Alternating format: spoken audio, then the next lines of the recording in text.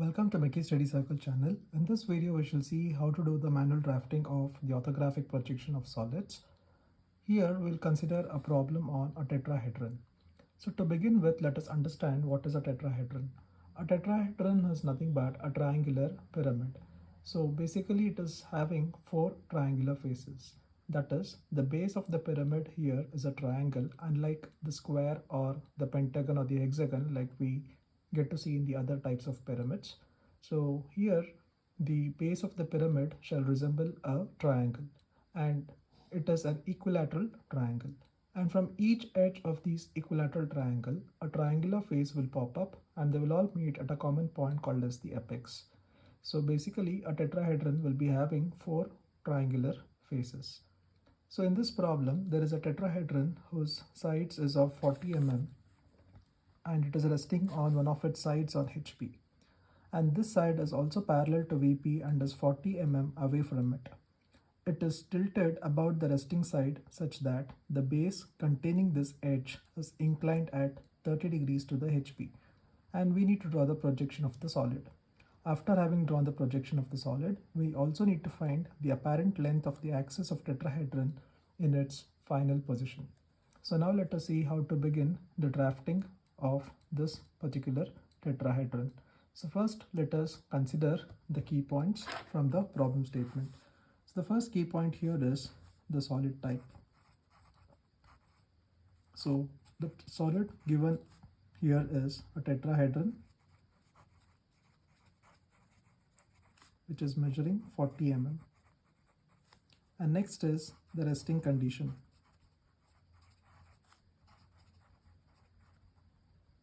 So coming to the resting condition, it is resting on one of its sides or edges on HP.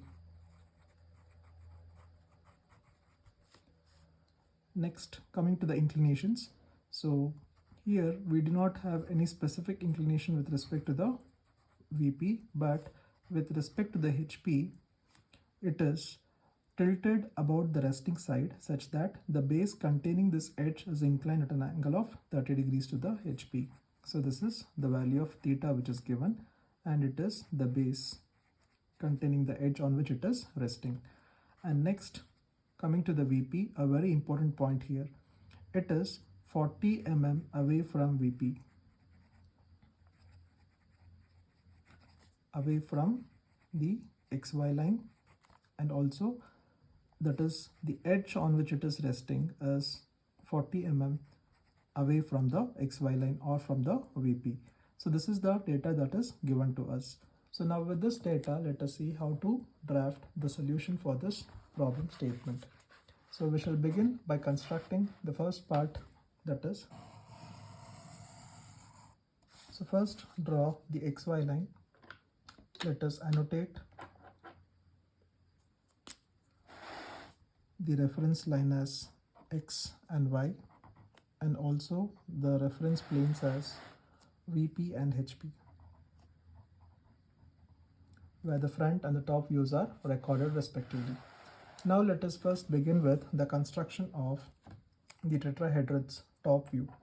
So as we have already understood, a tetrahedron is nothing but an equilateral triangle, and also it is resting on one of its edges. So I need to have the edge of the tetrahedron towards the right side of the observer. And also I'm going to construct the first base edge of the tetrahedron by drawing a 40 mm line, that is a 4 centimeter line, which is perpendicular to the XY. So this is the edge that I'm going to consider. And now let me just construct the other two edges. And since it is an equilateral triangle, I do know that all the edges of an equilateral triangle shall measure the same. So I'm going to just draw a line parallel to the XY line from the midpoint of this edge on which it is resting. So since it is 40 mm, I'm going to draw the midpoint at a distance of 20 mm either from the top corner or from the bottom corner. So I'm going to simply draw a construction line initially. And now let me take the compass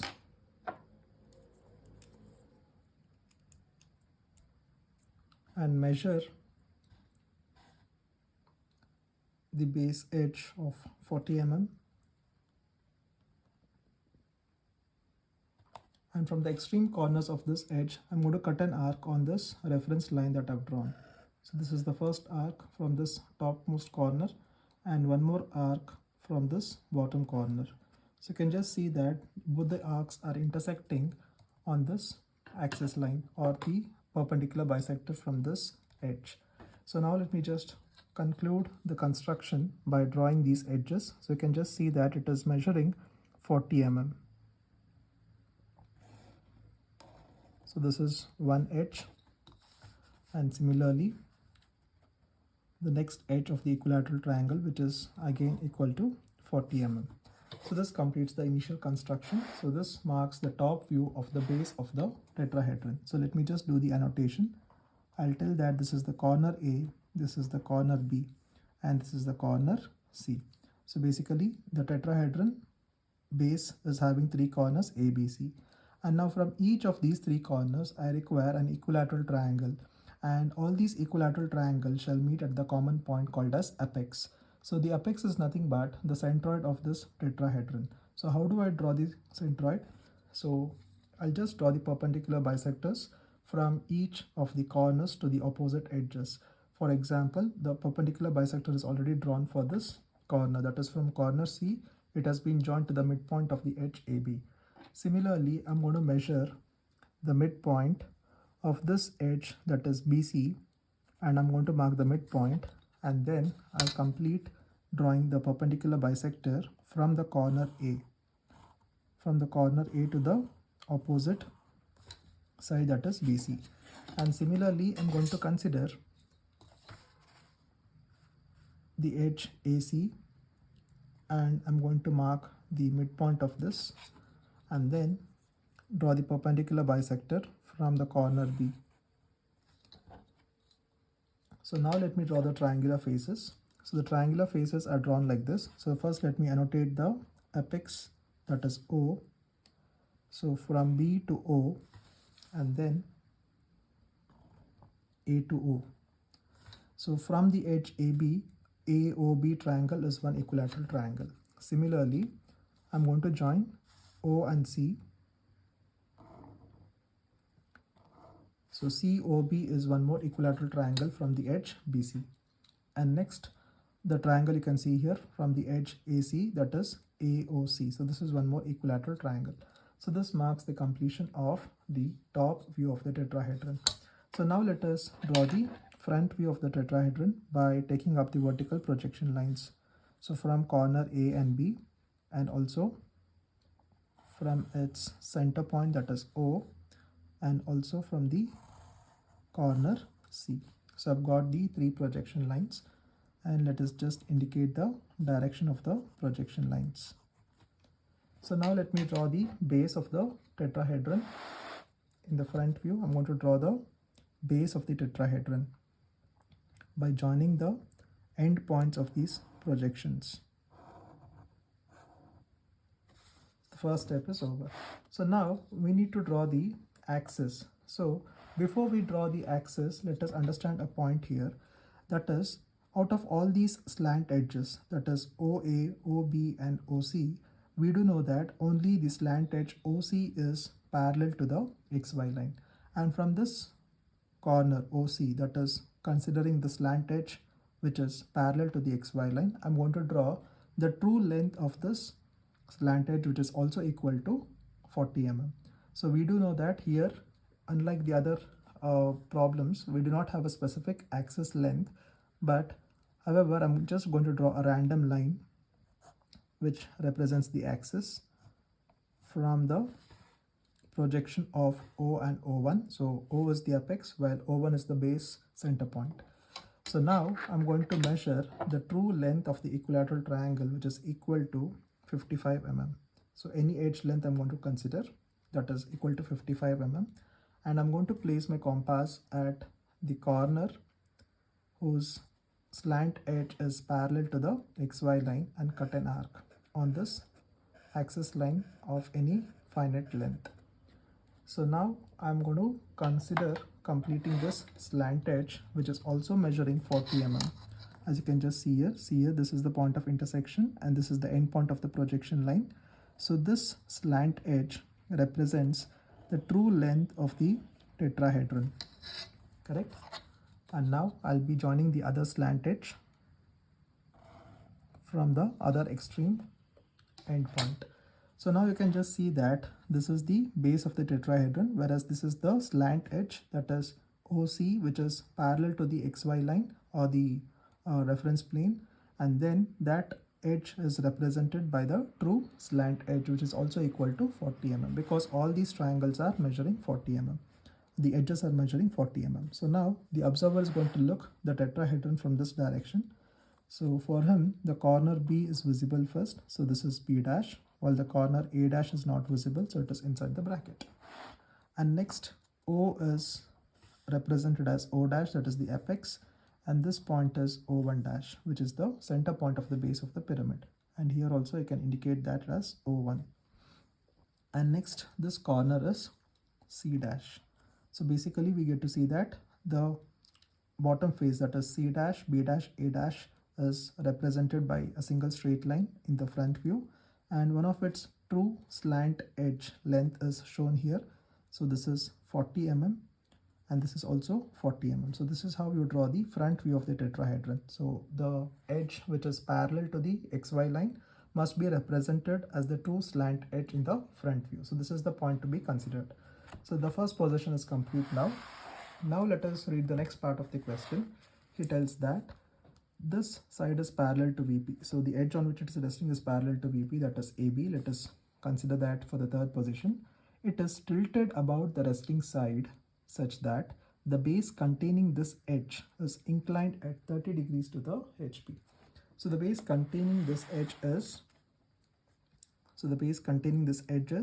B dash, A dash and C dash, and this is inclined to the HP at an angle of 30 degrees.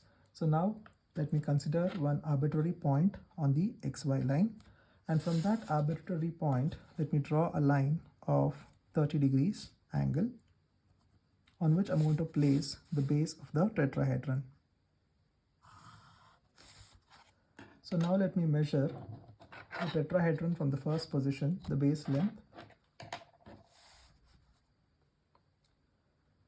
So here the base of the tetrahedron measures nearly 3.5 mm. So I'm going to transfer that 3.5 centimeters on this 30 degree line.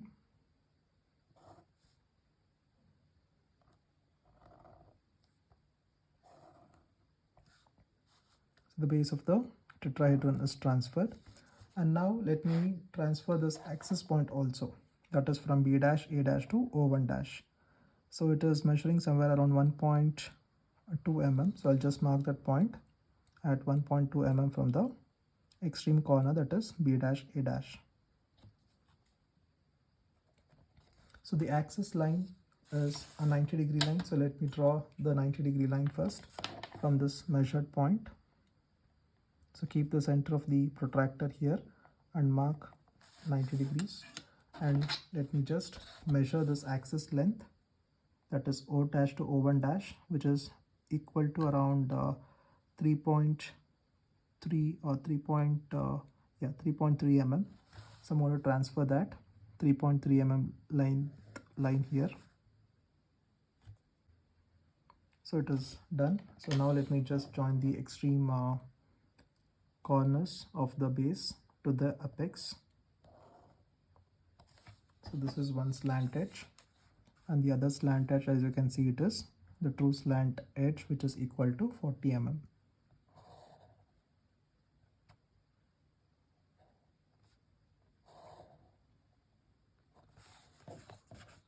So let us complete the annotation. So this is O prime or O dash, and this is B dash and A dash, while this is O1 dash, and this is the corner C dash.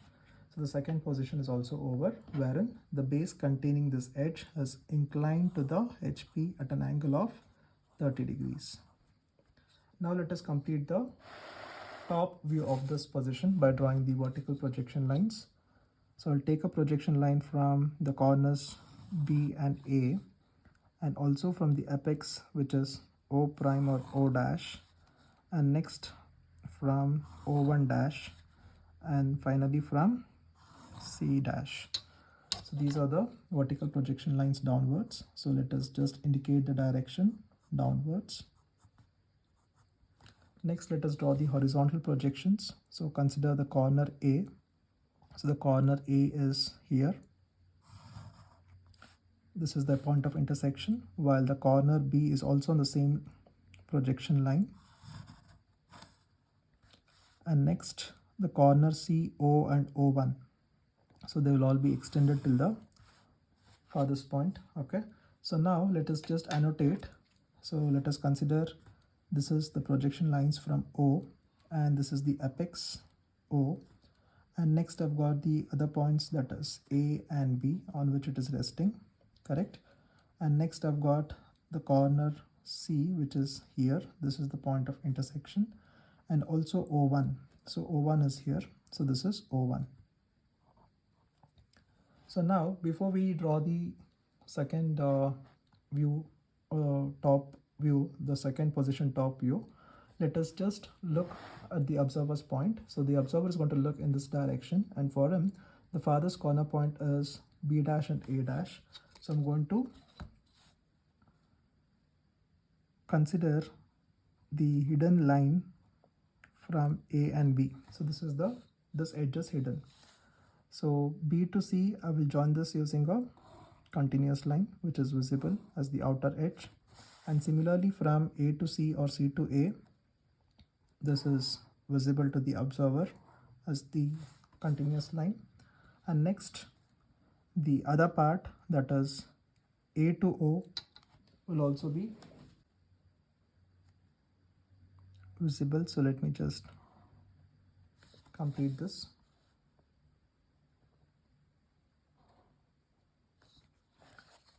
And also the outermost edge, that is O to C. So O to O1 is overlapped by the slant edge O to C. So now you can just see that this completes the top view of the tetrahedron when the base of the tetrahedron containing that edge is inclined at 30 degrees to the horizontal plane.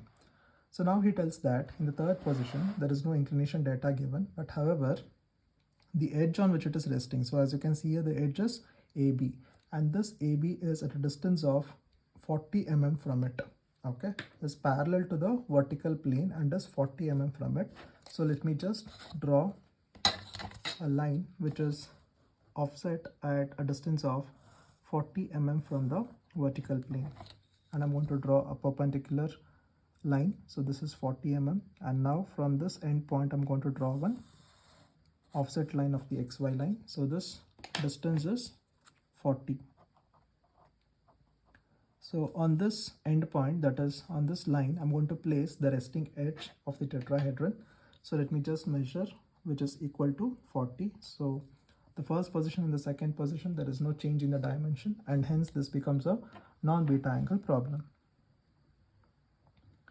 So let me transfer this edge AB here as it is, along with the parameters like hidden lines and continuous line.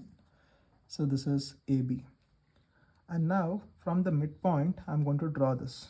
Okay, so from the midpoint, the length of CO is 3.8 mm or 3.7 mm. So I'm going to draw this. So from the midpoint of this line, I'm going to draw. Okay, so first 3 mm downwards. So from the midpoint, and next 0.7 here.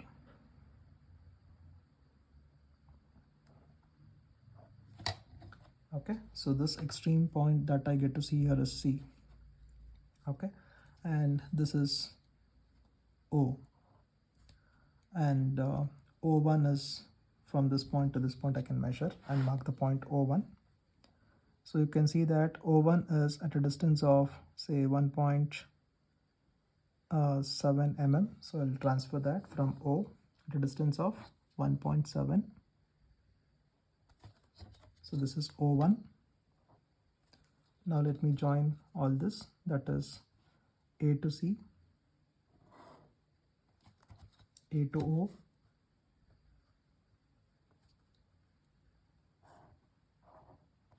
and similarly B to O, and next B to C.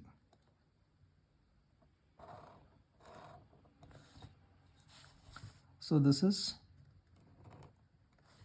the third position wherein the edge on which it is resting, that is AB, is at a distance of 40 mm from the vertical plane and is parallel to it.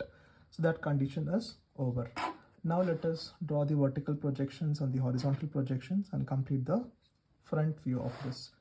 So let me take up the projection from the apex, that is O dash, and draw a horizontal line. And from this point, that is O, I'll draw one projection line that is vertically upwards, indicate the directions. And then this is the projection line for corner A, and also the corner B is on the XY line, so this is where it stops. Whereas from the corner C, I'm going to draw a projection line parallel to the XY line. So this is the point or the corner C.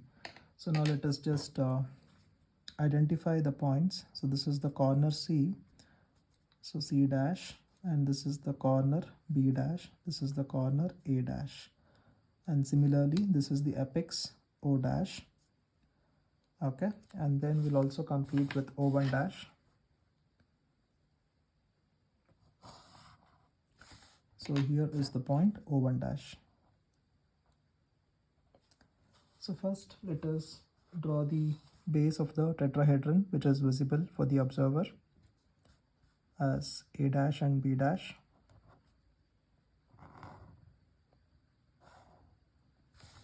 And next I'll be joining B dash to O dash, and similarly A dash to O dash. And next I need to make a connection between A and C.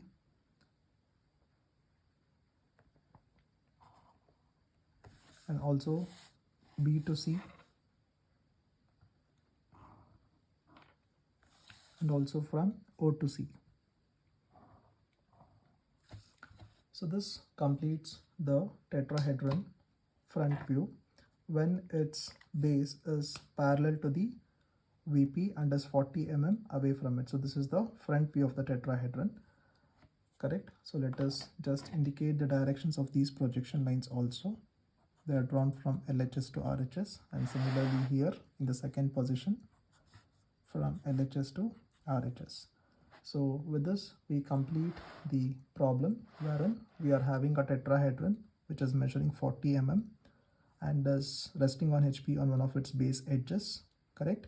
So the key point here is the construction of the axis. So never take the axis of the tetrahedron to be equivalent to 40 mm.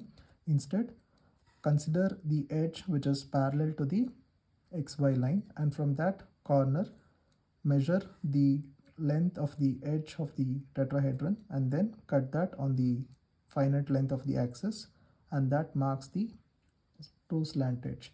So this is 40 and this is also 40. So this is how it has to be done. So with this we complete the problem. Thank you all for watching.